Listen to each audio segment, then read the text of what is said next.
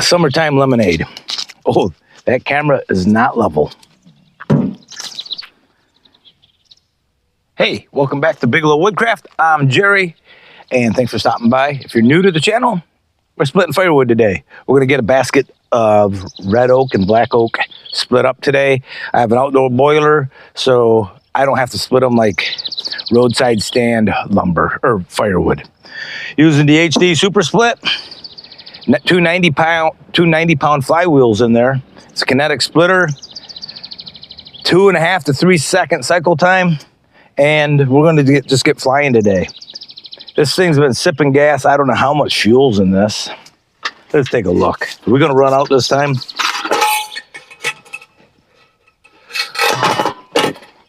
I'm going to try to stretch it. There's maybe that much fuel in there. We'll see. I think I've done, I haven't filled this thing up in months. These little Honda engines don't take much fuel, and them flywheels, you only have to run it at half speed. So we got some good sized rounds. I'm not real picky when I cut my rounds lengths for my wood burner. Now, it affects my stacking, but the bigger in diameter they are, the smaller length I cut them just so I can pick them up. All right, I'm gonna get this going, get my hearing protection on.